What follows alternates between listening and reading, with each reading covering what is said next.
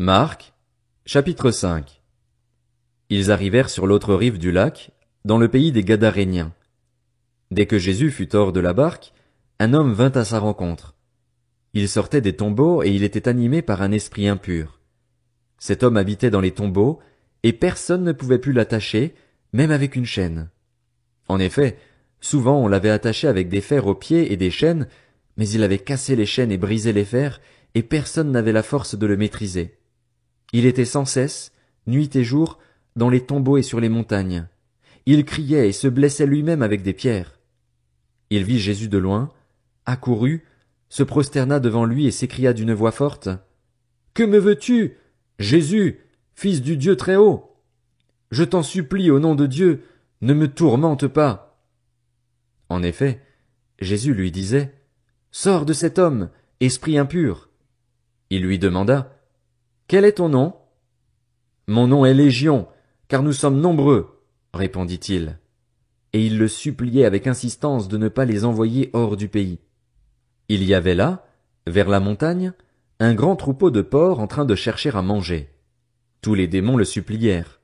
« Envoie-nous dans ces porcs afin que nous entrions en eux. » Il le leur permit aussitôt. Les esprits impurs sortirent de l'homme, entrèrent dans les porcs, et le troupeau se précipita du haut de la falaise dans le lac. Il y avait environ 2000 porcs, et ils se noyèrent dans le lac.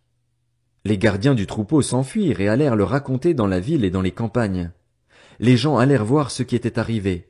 Ils vinrent vers Jésus et virent le démoniaque, celui qui avait eu la légion de démons, assis, habillé et dans son bon sens. Et ils furent saisis de frayeur. Ceux qui avaient été témoins de la scène leur racontèrent ce qui était arrivé au démoniaque et aux porcs. Alors ils se mirent à supplier Jésus de quitter leur territoire. Comme il montait dans la barque, celui qui avait été démoniaque le suppliait, demandant à l'accompagner.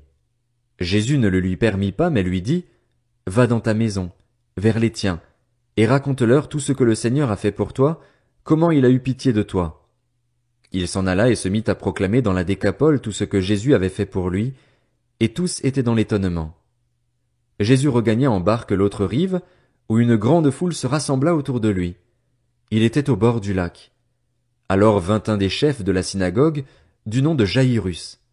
Lorsqu'il aperçut Jésus, il se jeta à ses pieds et le supplia avec insistance. « Ma petite fille est sur le point de mourir.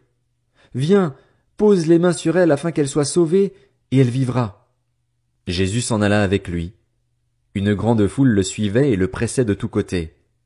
Or, il y avait une femme atteinte d'hémorragie depuis 12 ans. Elle avait beaucoup souffert entre les mains de nombreux médecins. Elle avait dépensé tout ce qu'elle possédait, mais cela n'avait servi à rien. Au contraire, son état avait plutôt empiré.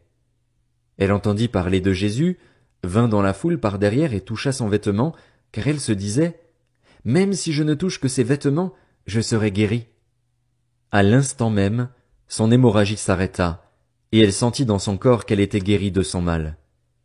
Jésus se rendit aussitôt compte qu'une force était sortie de lui. Il se retourna au milieu de la foule et dit, « Qui a touché mes vêtements ?» Ses disciples lui dirent, « Tu vois la foule qui te presse et tu dis, « Qui m'a touché ?» Jésus regardait autour de lui pour voir celle qui avait fait cela. La femme, effrayée et tremblante, sachant ce qui lui était arrivé, vint se jeter à ses pieds et lui dit toute la vérité. Alors il lui dit, « Ma fille, ta foi t'a sauvée. Pars dans la paix et sois guérie de ton mal. » Il parlait encore quand des gens arrivèrent de chez le chef de la synagogue et lui dirent, « Ta fille est morte. Pourquoi déranger encore le maître ?» Dès qu'il entendit cette parole, Jésus dit au chef de la synagogue, « N'aie pas peur, crois seulement. » Et il ne laissa personne l'accompagner, sauf Pierre, Jacques et Jean, le frère de Jacques. Ils arrivèrent à la maison du chef de la synagogue où Jésus vit du tumulte, des gens qui pleuraient et poussaient de grands cris. Il entra et leur dit, « Pourquoi faites-vous ce tumulte et pourquoi pleurez-vous? L'enfant n'est pas morte, mais elle dort. » Ils se moquaient de lui. Alors il les fit tous sortir, prit avec lui le père et la mère de l'enfant et ceux qui l'avaient accompagné, et il entra là où l'enfant était couché. Il la prit par la main et lui dit, « Talitha koumi » ce qui signifie, « Jeune fille, lève-toi, je te le dis. » Aussitôt la jeune fille se leva et se mit à marcher, car elle avait 12 ans. Ils furent aussitôt remplis d'un grand étonnement. Jésus leur adressa de fortes recommandations pour que personne ne le sache et demanda qu'on donne à manger à la jeune fille.